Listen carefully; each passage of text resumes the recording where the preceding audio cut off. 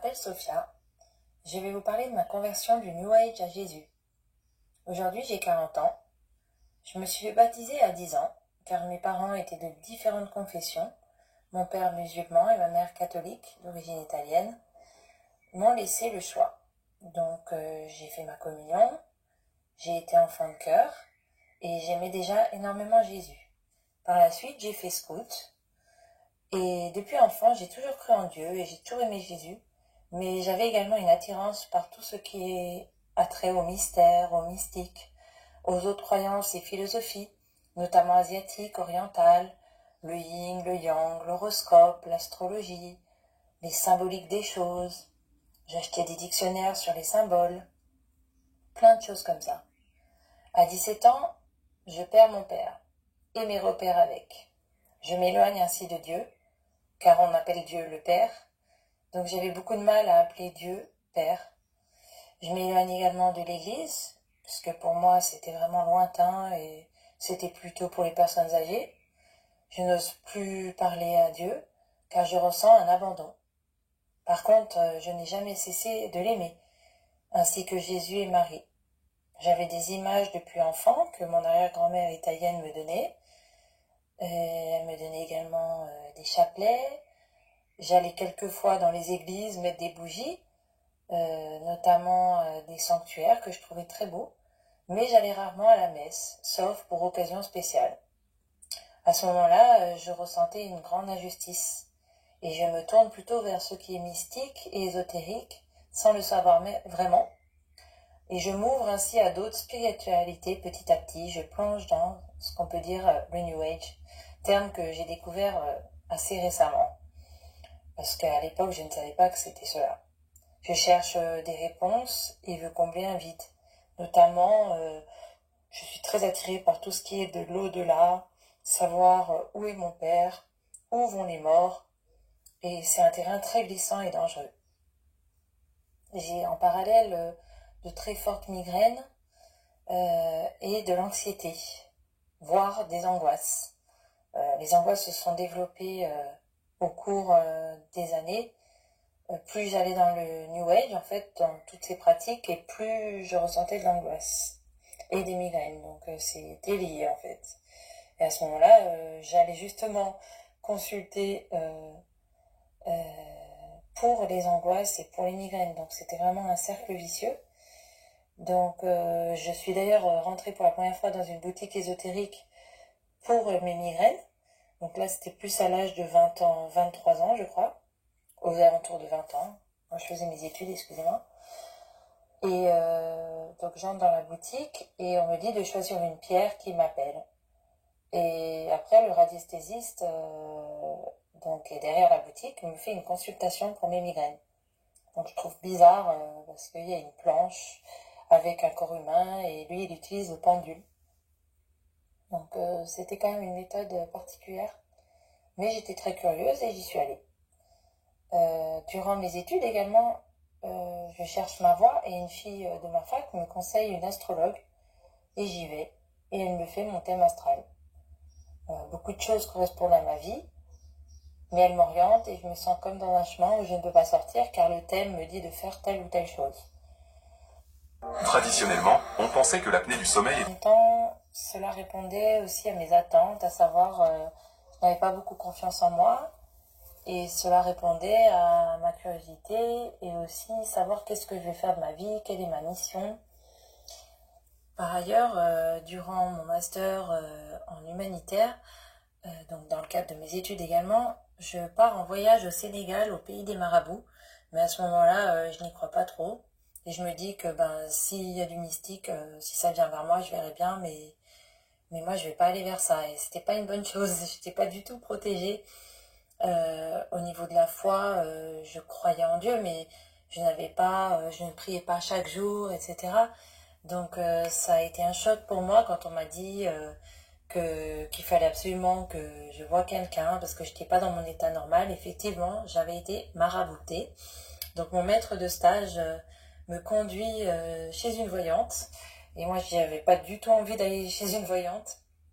Et voilà, il m'a dit que comme j'étais pas bien, il fallait absolument que je fasse quelque chose.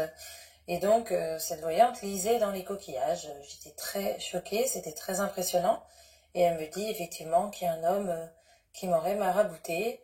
Et elle me dit de faire des choses ici et là pour enlever tout ça. Et en fait, là, c'est un engrenage. Parce qu'à partir de là, j'étais complètement sous cette emprise en fait de la voyance. Et je me disais qu'il fallait absolument que je me protège. Il faut que j'en sache plus. Donc, c'est un mélange de curiosité, de peur, et ça devenait malsain. Et en revenant donc dans mon pays par la suite, j'étais donc dans cette idée qu'il fallait absolument que j'enlève les sorts, etc. Donc je me suis, au lieu de me tourner vers un prêtre comme j'aurais dû, je me suis tournée plutôt vers tout ce qui était de la guérison. Donc c'était vraiment pas la bonne voie. À partir de là, c'est vrai qu'il y a un engrenage qui s'est fait dans toutes les différentes techniques New Age, à savoir tout ce qui est de la voyance, clairvoyance, numérologie, soins énergétiques, guérisseurs, chakras, kinésiologie, pierres de protection. On me disait également de faire souvent des ancrages pour me protéger, que tout était en termes d'énergie. Je croyais également à la réincarnation, aux vies intérieures, qui pourraient expliquer tel ou tel rapport, telle relation dans ma vie qui n'aboutissent pas ou qui sont difficiles. Donc tout était fait pour que tout ait un sens et tout soit explicable. Alors que Dieu, voilà, c'est aussi le fait de croire, c'est aussi le lâcher prise dans le sens où on ne peut pas tout maîtriser et on doit faire confiance à Dieu. Et là, c'est tout l'inverse, on veut tout maîtriser. Traditionnellement, on pensait que Aux énergies des fées, aux êtres de la nature, donc tout ce qui est animiste, sans savoir, la communication avec les arbres. J'aimais plutôt la création au lieu du créateur, sans en avoir conscience. Voilà, je voulais connaître ma voix par manque de confiance en moi, par, comme j'avais dit, l'astrologie, les horoscopes. Il y a également beaucoup de méditations guidées sur Internet pour retrouver soi-disant une paix quand on a des angoisses. Donc je pensais à travers ces méditations guidées retrouver une sérénité, mais elle était que provisoire. Je regardais également des tirages en ligne par signes astrologiques. Il y avait une réelle dépendance à toutes ces techniques et un besoin constamment d'être rassurée sur mon avenir. Mais au final, j'étais jamais rassurée. Donc je tiens à préciser que la plupart des praticiens ou guérisseurs que j'ai rencontrés pensent faire le bien ou pensaient faire le bien et veulent souvent sincèrement aider les gens. Mais l'aspect financier de ces pratiques onéreuses doit nous mettre la puce à l'oreille. Notamment dans la Bible, c'est écrit à Matthieu 10, 8, « Vous avez reçu gratuitement, donnez gratuitement ». Il y a également d'autres passages de la Bible qui m'ont interpellée, notamment 2 Timothée 4, 4, « Ils détourneront l'oreille de la vérité et se tourneront vers les fables ». Également Osée 4, 6, « Mon peuple est détruit parce qu'il lui manque la connaissance. Puisque tu as rejeté la connaissance, je te rejetterai et tu seras dépouillé de mon sacerdoce. Puisque tu as oublié la loi de ton Dieu, j'oublierai aussi tes enfants. » Également 2 Corinthiens 4, 18, « Parce que nous regardons non point aux choses visibles, mais à celles qui sont invisibles, car les choses visibles sont passagères et les invisibles sont éternelles. » Donc voilà, je pense que beaucoup tombent dans le New Age pour combler un mal-être. On se tourne vers le bien-être, qui est très accessible de nos jours. Il y a beaucoup de salons bien-être. En tout cas, moi, j'espérais combler une sensation de vide et trouver une solution. Récemment, j'ai également découvert des passages de la Bible très clairs sur ces pratiques, notamment le Lévitique 19, 31. « Ne vous tournez point vers ceux qui évoquent les esprits, ni vers les devins. Ne les recherchez point, de peur de vous souiller avec eux. » Donc, il y a des passages vraiment très très clairs sur toutes ces pratiques. Également, l'acte 8, 18. Lorsque Simon vit que l'Esprit Saint était donné par l'imposition des mains des apôtres, il leur offrit de l'argent en disant « Accordez-moi aussi ce pouvoir, afin que celui à qui j'imposerai les mains reçoive le Saint-Esprit. » Mais Pierre lui dit « Que ton argent périsse avec toi, puisque tu as cru que le don de Dieu s'acquérait à prix d'argent. Il n'y a pour toi ni part ni lot dans cette affaire, car ton cœur n'est pas droit devant Dieu. Repens-toi donc de ta méchanceté et prie le Seigneur pour que la pensée de ton cœur te soit pardonnée. » c'est plutôt clair, hein. Donc les passages de la Bible parlent également donc de ce magicien qui voulait payer pour avoir l'Esprit Saint, et cela ne fonctionne pas comme ça. Traditionnellement, on pensait que la... Je vois le New Age vraiment comme un patchwork spirituel où on pioche à droite à gauche dans plein de philosophies et de croyances, bouddhisme, taoïsme, animisme, voilà, dont on ne maîtrise souvent pas les sujets ni les origines, et on se fait un peu une religion, une spiritualité à notre sauce, comme ça nous arrange.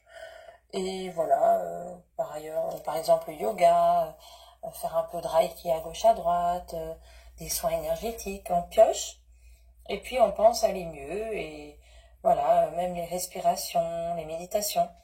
Donc également dans le New Age, on nous flatte l'ego, on nous dit qu'on a des dons de guérisseurs, alors que dans la religion catholique, on nous dit qu'on est tous des pécheurs. C'est ce que Jésus nous dit.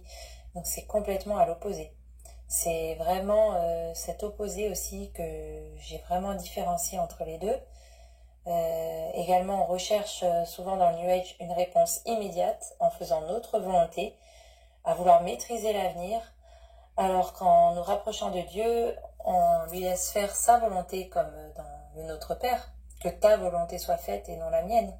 D'ailleurs, c'est ce que Jésus dit à la fin de sa vie.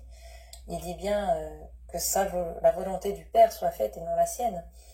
En priant pour une guérison, on remet à Dieu toute confiance, alors qu'en allant voir un guérisseur, on veut un résultat immédiat sur notre santé. Seul Dieu connaît le résultat de notre demande quand on fait une prière, et cela n'est pas toujours immédiat. Le New Age et la foi en Dieu sont donc à l'opposé. Quelques différences entre le New Age et la foi en Dieu avec Jésus. Donc dans le New Age, on parle de rituel, alors que quand on croit en Dieu, on parle de prière. On parle de divin en soi dans le New Age, alors que quand on est catholique, on parle de l'Esprit Saint, qui est extérieur à nous-mêmes et qui vient à l'intérieur. Alors que dans tout ce qui est pratique New Age, le divin en soi, ça part de l'intérieur pour aller vers l'extérieur.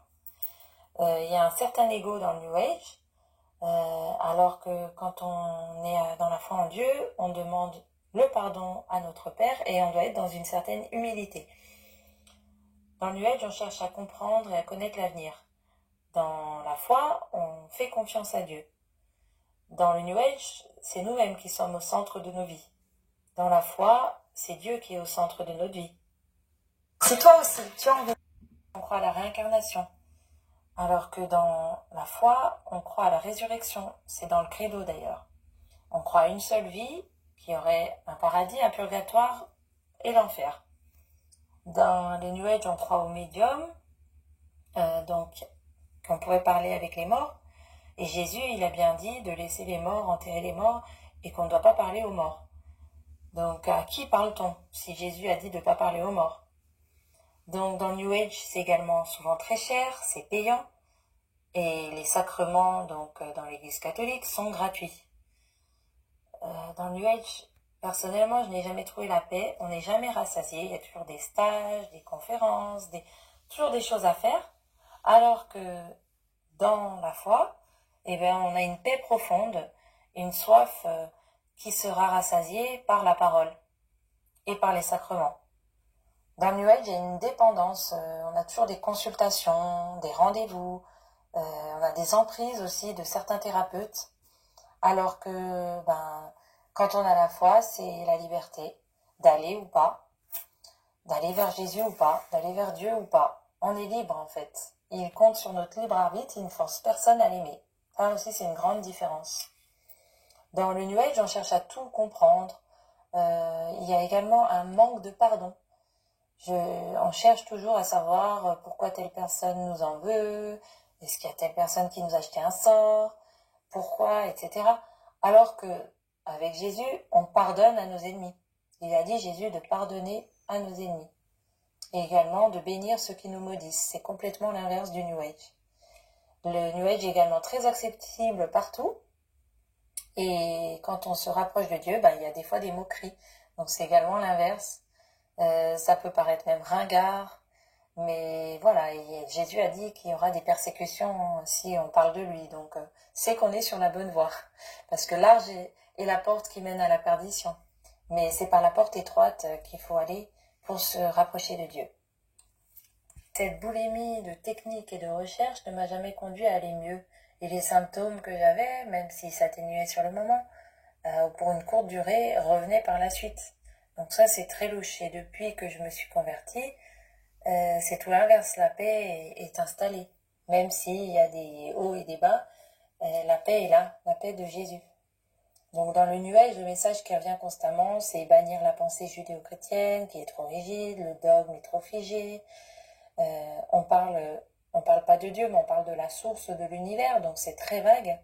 Qui est la source et l'univers? À savoir que le diable se déguise en ange de lumière, donc quand on parle de personnes, des guides de lumière, à qui s'adresse-t-on? On s'adresse également à la lumière. La lumière, attention, quelle lumière? Donc, ils disent aussi que la Bible aurait été modifiée. Donc ça, c'est pour nous éloigner un maximum des textes et de Dieu. En lisant les textes, on apprend pourquoi, parce que tout est dedans. Donc voilà, les théories New Age, souvent, les gens ne lisent pas les textes, ce qui pourrait vraiment aider à se réveiller. Et une fois qu'on se réveille, par contre, toutes leurs théories New Age s'effondrent. Rien que dans la prière du credo, la théorie de la réincarnation ne tient pas, parce qu'on dit « je crois à la résurrection de la chair, à la vie éternelle ». Les lunettes. Ma conversion, donc il y a 2 ans, à la période de carême, je sens une force qui me pousse à aller à la messe. J'y vais un peu en traînant les pieds, en trouvant des excuses pour pas y aller. Oui, il y a que des vieux, qu'est-ce que je vais faire à la messe? Et là, donc, j'y suis allée, finalement, et l'homélie du prêtre m'a vraiment bouleversée. C'était un prêtre très touchant, car il était handicapé, et ces mots me touchent directement au cœur. Et je retiens que c'était l'évangile de Matthieu 7,3. « Pourquoi vois-tu la paille qui est dans l'œil de ton frère, et n'aperçus-tu pas la poutre qui est dans ton œil ?» Ces mots résonnent vraiment dans ma tête comme une timbale, et j'ai l'impression qu'ils me sont directement adressés, et j'en suis complètement bouleversée. Le mercredi des cendres, dans quelques jours après, je me dis, il y a le mercredi des cendres, il faut absolument que j'y aille. J'y suis jamais allée et ça m'interpelle. Et là, donc, je retourne à la messe, et donc c'était la première fois que j'allais au mercredi des cendres, et pendant la messe, j'entends donc une voix très très forte et ferme qui me dit « jette tes cartes ». J'avais une espèce de migraine à ce moment-là, et à plusieurs reprises, j'entends « jette tes cartes ». Donc, je sais très bien que ce n'était pas une voix dans ma tête, mais que c'était bien Jésus, et c'était très puissant, et depuis, ma vie a complètement changé. Là, j'ai fait une quelque sorte de crise de foi, j'ai tout jeté. Donc, mes cartes, mes pierres, mes livres ésotériques, mes livres de développement personnel, de feng shui, de numérologie, de tout, astrologie, mes thèmes astrales. Je vous avoue qu'il y en avait pour des milliers d'euros. Mais j'ai compris l'escroquerie spirituelle dans laquelle j'avais cheminé pendant à peu près 20 ans. J'ai donc à ce moment-là quitté le New Age. Le château de cartes s'est effondré avec cette phrase que Jésus m'a dit.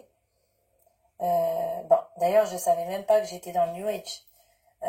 Mais quand j'ai regardé ensuite des vidéos sur YouTube d'autres personnes qui ont quitté le New Age, ils ont bien expliqué le terme et je me suis complètement reconnue dedans. Et j'ai compris qu'en piochant dans toutes ces croyances, on se fait en quelque sorte une spiritualité à la carte. Tout s'est effondré. Donc j'ai vu des vidéos d'anciennes médiums, d'anciens guérisseurs, d'anciens tarologues, de jeunes qui ont été piégés dans ces croyances, qui ont tout quitté. Et là, je découvre le Deutéronome chapitre 18. Donc je vais le citer. « Qu'on ne trouve chez toi personne qui fasse passer son fils ou sa fille par le feu, personne qui exerce le métier de devin, d'astrologue, d'augure, de magicien, d'enchanteur, personne qui consulte ceux qui évoquent les esprits ou disent la bonne aventure, personne qui interroge les morts, car quiconque fait ces choses est en abomination à l'Éternel. Et c'est à cause de ces abominations que l'Éternel, ton Dieu, va chasser ces nations devant toi. Cela m'a beaucoup aidé à mon tour et je souhaite témoigner pour ne serait-ce qu'aider déjà une seule personne. Je découvre aussi d'autres passages de la Bible très percutants, l'Acte 19-19, et un certain nombre de ceux qui avaient exercé les arts magiques, ayant apporté leurs livres, les brûlèrent devant tout le monde. On en estima la valeur à 50 000 pièces d'argent. Également la lettre de saint Paul apôtre aux Galates, qui dit beaucoup de choses. Je vous le dis, marchez sous la conduite de l'Esprit Saint, et vous ne risquerez pas de satisfaire les convoitises de la chair, car les tendances de la chair s'opposent à l'esprit, et les tendances de l'esprit s'opposent à la chair. En effet, il y a là un affrontement qui vous empêche de faire tout ce que vous voudriez. Mais si vous vous laissez conduire par l'esprit, vous n'êtes pas soumis à la loi. On sait bien à quelle action mène la chair: inconduite, impureté, débauche, idolâtrie, sorcellerie, haine, rivalité, jalousie, emportement, intrigue, division, sectarisme, envie, beuverie, orgie et autres choses du même genre. Je vous préviens, comme je l'ai déjà fait, ceux qui commettent de telles actions ne recevront pas en héritage le royaume des cieux. Mais voici le fruit de l'esprit: amour, joie, paix, patience, bonté, bienveillance, fidélité, douceur et maîtrise de soi. En ces domaines, la loi n'intervient pas. Ceux qui sont au Christ Jésus ont crucifié en eux la chair avec ses passions et ses convoitises. Puisque l'Esprit nous fait vivre, marchons sous la conduite de l'Esprit. J'ai également écouté des vidéos de témoignages de sœurs, notamment la sœur Emmanuelle de Medjugorje et Fabienne de la Miséricorde Divine, qui m'ont beaucoup aidé. Et également vos vidéos, Père Dominique Osnet, merci beaucoup, car vous réveillez les consciences et cela m'a aidé énormément. Ils ont parlé de la confession et comment s'y préparer avec les 10 commandements. C'est vrai que les 10 commandements, ça faisait longtemps que je ne les avais pas lus. Donc tu adoreras Dieu seul et tu l'aimeras plus que tout, donc pas d'idolâtrie. C'est ce que je faisais finalement avec les pierres et les fées, de préférer la créature plutôt que le créateur. Tu ne prononceras pas le nom de Dieu, tu ne prononceras le nom de Dieu qu'avec respect, etc. Donc les 10 commandements, et donc le 1 surtout a été abîmé, on va dire, avec le New Age. Le New Age fait énormément d'idolâtrie, avec les arbres, les totems. Donc le retour au sacrement, j'admets que je suis donc pécheur et non pas guérisseur ou don de guérison. Je comprends qu'il faut que j'aille voir un prêtre. Il y a un passage également qui m'a poussé à aller voir le prêtre. C'est Marc 2, 17. Ce que Jésus ayant entendu, il leur dit: ce ne sont pas ceux qui se portent bien qui ont besoin de médecins, mais les malades. Je ne suis pas venu appeler des justes, mais des pécheurs. C'est vrai que ce passage m'a beaucoup aidé. Luc 15, 17. De même, je vous le dis, il y aura plus de joie dans le ciel pour un seul pécheur qui se repent que pour 99 justes qui n'ont pas besoin de repentance. C'était le retour de l'enfant prodigue également. Cette belle histoire de l'enfant prodigue m'a également beaucoup parlé. Et également Sœur Faustine, le petit journal, quand elle explique voilà, que la confession, il y a Jésus qui se cache derrière le prêtre. Cela m'a beaucoup touchée et m'a poussée à aller donc à ce sacrement magnifique qui est le sacrement du pardon. En prenant conscience que je suis pécheur, je cours chez un prêtre. Je confesse dans toute ma vie, et notamment tout ce qui a eu à trait avec l'ésotérisme et toutes les pratiques, cartes, pierres, etc. Et pour la première fois de ma vie, je ressens une paix profonde. En rentrant chez moi, j'ai une vision de Jésus en blanc qui me prend dans ses bras.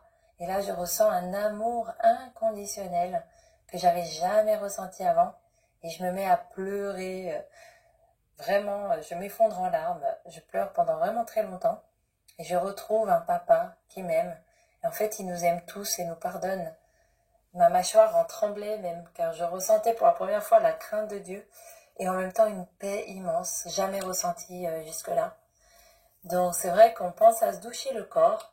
Mais pour moi, je pense que la confession, c'est la douche de l'âme, pour pouvoir s'approcher de Dieu avec plus de dignité. Et on devrait vraiment le faire régulièrement pour se sentir bien. Et c'est vraiment un cadeau du ciel. Je me suis donc convertie à ce moment-là.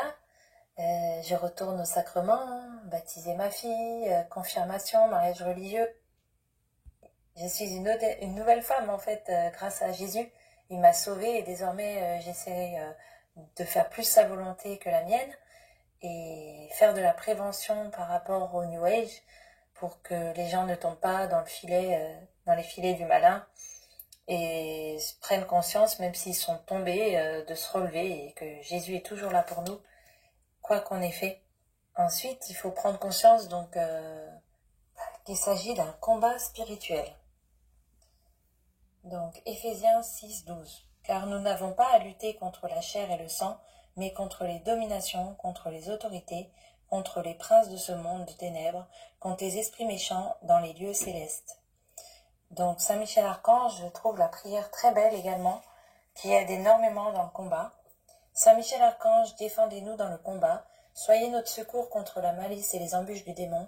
Vous êtes vénéré de l'Église comme son gardien et son protecteur, et le Seigneur vous a confié les âmes qui un jour occuperont les trônes célestes. Prince de la milice céleste, repoussé en enfer par la vertu divine, Satan et les autres esprits malins qui errent dans le monde pour la perte des âmes.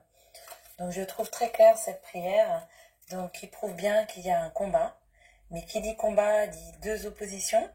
Et donc l'Esprit Saint et Jésus et Dieu sont beaucoup plus forts que le mal, avec Marie qui écrase également la tête du serpent. Donc nous avons des armes pour ce combat, notamment la prière, l'oraison de prière, donc la prière de cœur à cœur, l'adoration, le retour au sacrement, la confession qui est vraiment très importante, la lecture également des livres des saints, comme par exemple Sœur Faustine, Sainte Thérèse de Lisieux, Saint Curé d'Ars. Tous ces livres nous apportent une paix, aide aussi dans le combat. Le chapelet de la miséricorde divine à 15h également de Sœur Faustine. Et lire bien sûr la Bible, notamment l'Apocalypse de Saint Jean qui aide aussi à comprendre dans quel combat nous sommes. Prier tous les jours si on arrive.